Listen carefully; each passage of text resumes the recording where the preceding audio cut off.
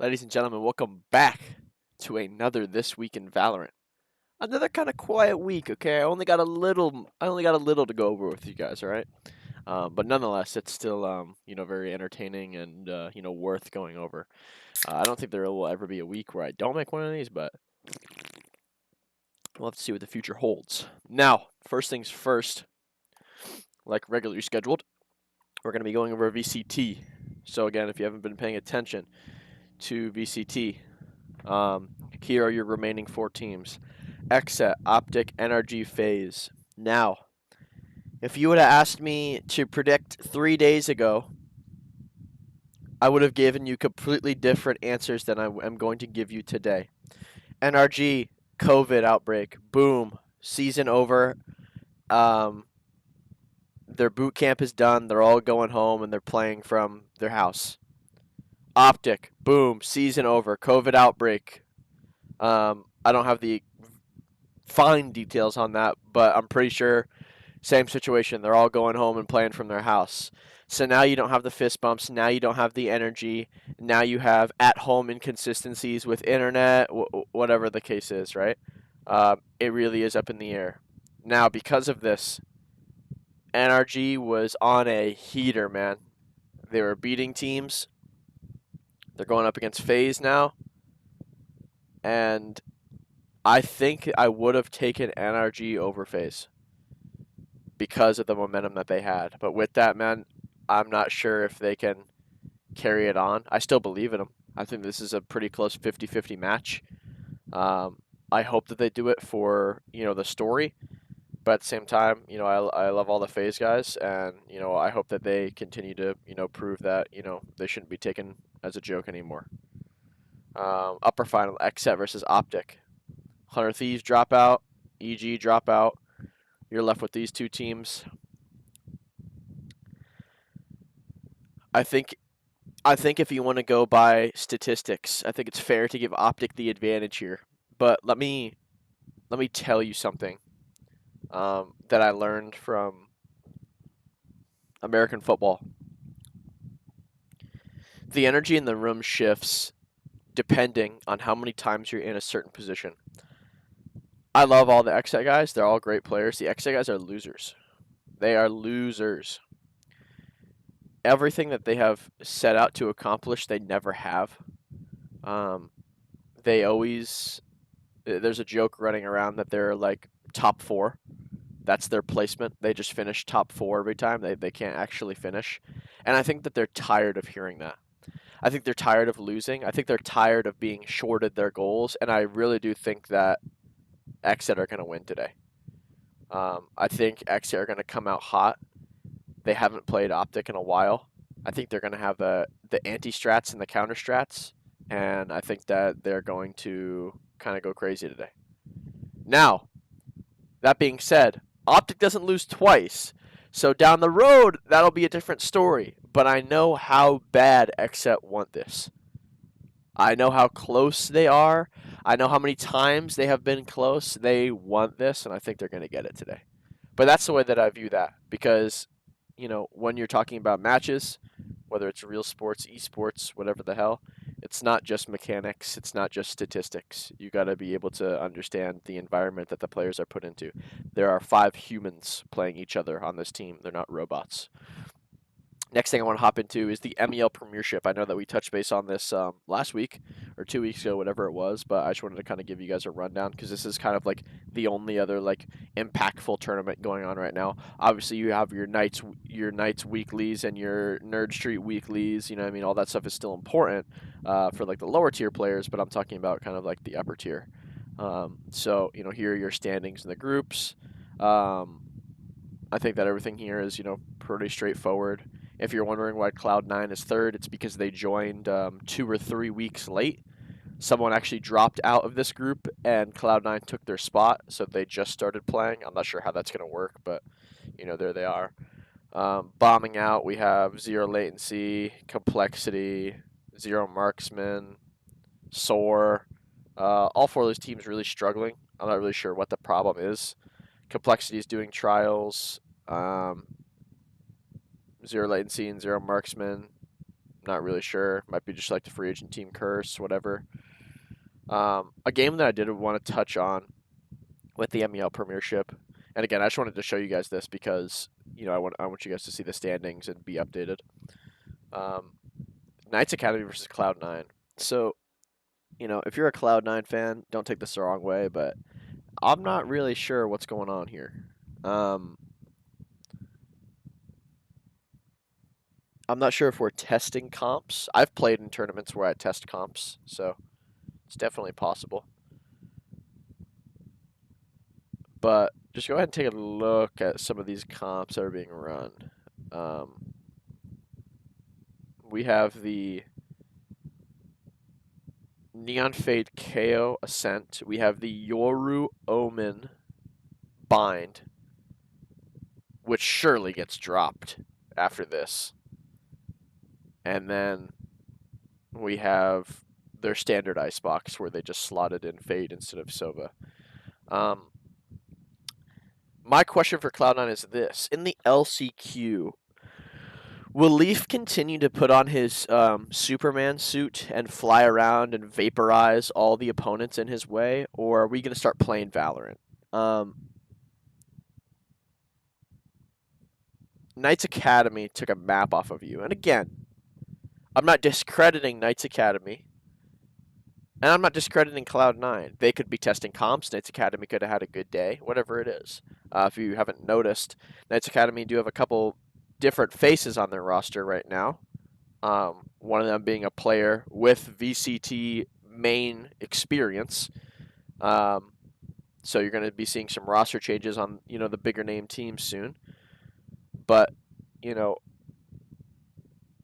this is the guy we traded for right here. This is the guy we traded for right here. This is like my all-star rifler right here. All I'm saying is I'm concerned about what happens when you face someone who's on an academy team. I know that you're practicing. I know that you're testing comps. I've been in the position. But I need to see more. I need to see more. And I don't know what I want to see or how I want to see it. This also is a situation that I personally, and probably everybody has been in, where there's somebody just getting so many kills that nobody else really can. But again, it's just kind of like the numbers for me, It's just interesting. Just interesting to look at. I hope that Cloud9 has a good LCQ. I think they will. I have faith in the team. They're all good players. And I think it's very smart that they're playing in this and they're getting extra reps because they need it. Every team does. So I respect them for that. But again, I really want Cloud9 to shine. And again, I just wanted to showcase this. Shout out Knights Academy for playing well. But yeah, that's kind of like what's going on in, non-VCT world right now. So, everybody's probably seen this. I just wanted to touch base on it, give my opinion. So, if you haven't seen this screenshot yet, this is basically Wardell talking to Stewie2K on Steam. These were messages that he accidentally left opened. The context is Wardell saying, "You will lose your mind. I think going streamer is good. If you were to try to go pro, you would need a solid team because everyone is brain dead. I don't even think you need skill in this game. You just need to be able to think. I can't believe EG Valorant took a map off NRG." Yeah, that's the thing. I feel like in Val, since it takes no skill, it's hard to have consistency. That's not it. People don't play properly. That's why it looks inconsistent. I swear Optic is like the only team that plays this game like CS and probably XSET. I don't think XSET is that good IMO. So I think that everything that Wardell says there is accurate. Maybe not about the teams. I don't think that XSET and Optic are the only good teams in NA. But again, that's his opinion and he's entitled to it. If you're offended by this, in my opinion, you're an idiot. You shouldn't be offended by this. This is completely true. If you compare Counter-Strike to Valorant, look at the amount of teams that are signed in Valorant. Okay? It is a extremely diverse, environment that we have here, and a lot of people make money playing. A lot of people make money playing this game, and I'm not just talking about streaming. The content is off the fucking chain. There's different types of teams that have different types of goals. But yeah, I just can't really understand why everybody was just trying to like flame Wardell and like make him seem like the bad guy here. Everybody's had a conversation with a personal friend that might be, you know, a little mean or a little too honest. That's what they're there for, man. You're talking to your fucking friend. He accidentally showed it on stream. Everybody's getting ready to throw Wardell on a crucifix and set him on fire. It's like, dude, what the fuck are you guys on about? It's true. This game is simple. Like, anyway, I just want to touch base on that. My opinion, again, is like, I don't really think it's that big of a deal. It's just being blown out of proportion because it's a famous guy. Wardell can say and do whatever the fuck he wants. He's an insane player that makes you fucking shake when you're in the server with him. So he definitely has the right to say it. And again, it's just honest, whether it's brutal honesty or what tough love, whatever you want to call it. Like that's the situation. Another thing I wanted to get into here, my guy Reduxx tweets, DDoSed my own home Wi-Fi 2 times now. 30-minute Uber at 1 a.m. to a facility in a town I've never been at, and then not using their 5-minute. Oh, and then they used their 5-minute tech and the audacity to say GG after the second map. Also confident whoever DDoSed us is friends with one of them. I have every right to be mad. This is actually my fault for not pulling this up already. But what he's talking about is a tournament that he played in recently against a team called Crouch Shoot, which was kind of just like a pug roster. Here are the stats from that. They won 2-1. This was the finals of Nerd Street. And basically how this went was there is I don't even know what they are, but there's like a group of people that have consistently been DDoSing Oxygen Academy. I don't know where they got their IPs from. I'm guessing some sort of tournament team speak that wasn't set up properly. But they are just DDoSing Oxygen Academy consistently. Every single time that Oxygen Academy plays, these people DDoS them. It's been like 3 or 4 tournaments now. So, not only is that illegal, but, it's just weird, man. Like, it's just cringe as fuck and weird. I just don't understand why people do it. It's just something that just needs to stay far away from the game. It's just a stereotypical guy who's built like a potato sack. You know what I mean? He's got gaps in his teeth, and when he talks, he whistles on accident. You know what I mean? Like, just some fucking degenerate freak. But again, it's just like I can't imagine playing like that. Reduxx is 15 years old, being subjected to this shit. It's completely unfair and bullshit. I have an idea of who these people are. If I get like a better confirmation, I can make a video on it, or I can confirm it in the next week's, whatever the hell it is. They're just some degenerates that played Counter-Strike and never made it, and they were never good in the first place. And they just have like some, like textbook, like, like super racist, cringe team speak, like private server, and they just like attack others online because they have nothing better to do. But yeah, I want to touch base on that. Now, I want to give credit to XSET here. XSET might be the team that talks the most shit after a match, and I love it. I fucking love it, honestly. Everybody on XSET saves tweets, they save conversations, and whenever they beat those people, they post it. So Nerd Street here has an interview with Stellar saying that XSET doesn't have a lot of heavy hitters like FaZe Clan does. Zek in quotes retweets it saying 2-0. It only took me a year and a half to pull the Sova back out. So I think that was really funny. Another thing that I want to give credit to is whoever made this graphic. I'm not 100% sure who this was. I don't know if it was XSET Nate or like a graphic artist, but this graphic is fucking insane, man. I mean, this is so funny, dude. So you have a slot machine. You have a slot machine with a 100 Thieves like style about it. It's set to roster generator, and you're hitting reshuffle when you get Asuna, Derek, Stellar, Will, and Bang because they lost. And the caption is 2-0, where's Hiko?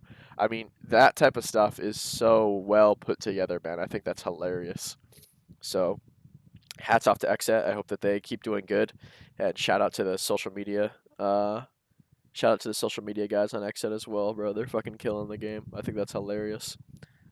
Um, to kind of wrap things up here, we're not gonna watch this Yo, entire what is video, up, boys? but I'm gonna try to keep this as short as possible, but I am officially quitting competitive Fortnite to pursue Valorant.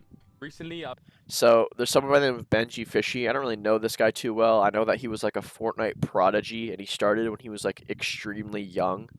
I think he's from the UK, but he's been consistently streaming Valorant lately. His mechanics are insane, like insane. And again, he's another one of those kids who's very young and like has a literal no ceiling above his head. He can just keep getting better and better and better.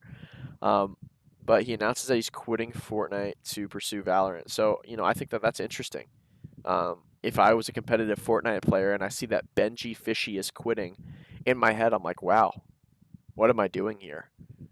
Like this guy made the World Cup 4 times. I'm sure he has $17 million in earnings, and he's leaving Fortnite. He could probably sit and he could farm money playing Fortnite, being unhappy for the next 10 years if he wanted to. But he's actually like puffing his chest out and he's going to explore something else because he wants to be happy and he wants to enjoy what he does, and I respect the hell out of that. So, you know, I think that'll be really interesting. Is he going to stay in the EU scene and get picked up over there? You know what I mean? Is he going to come to NA like some of there's been some Australian players, there's been some EU players, there's been some even Asian players that come to NA and start playing on North American teams. But I just think that this is, something that's really good for Valorant, where people know how volatile it is. People know um, how much success it's had in such a little amount of time, and they're kind of like trying to get on board now rather than like wash ashore later. If that makes sense. Um, but yeah, I just think it's really interesting, and I think that this kid is gonna be insane, 100%. But other than that, that is all that I have for you guys. There's been a lot going on, non-related, like on the timeline and stuff like that. But a little short video today. It won't hurt anybody. Um, I'm trying to think if I have anything else to add. I don't think so. I got a couple new things coming when it comes to content, stuff on my stream as well. So make sure you're with me there, twitch.tv/TDawgg. It's all linked down below. Thank you guys for tuning in. I appreciate you. Hope you have a good day. Happy Friday. Tdawgg out of here. Deuces.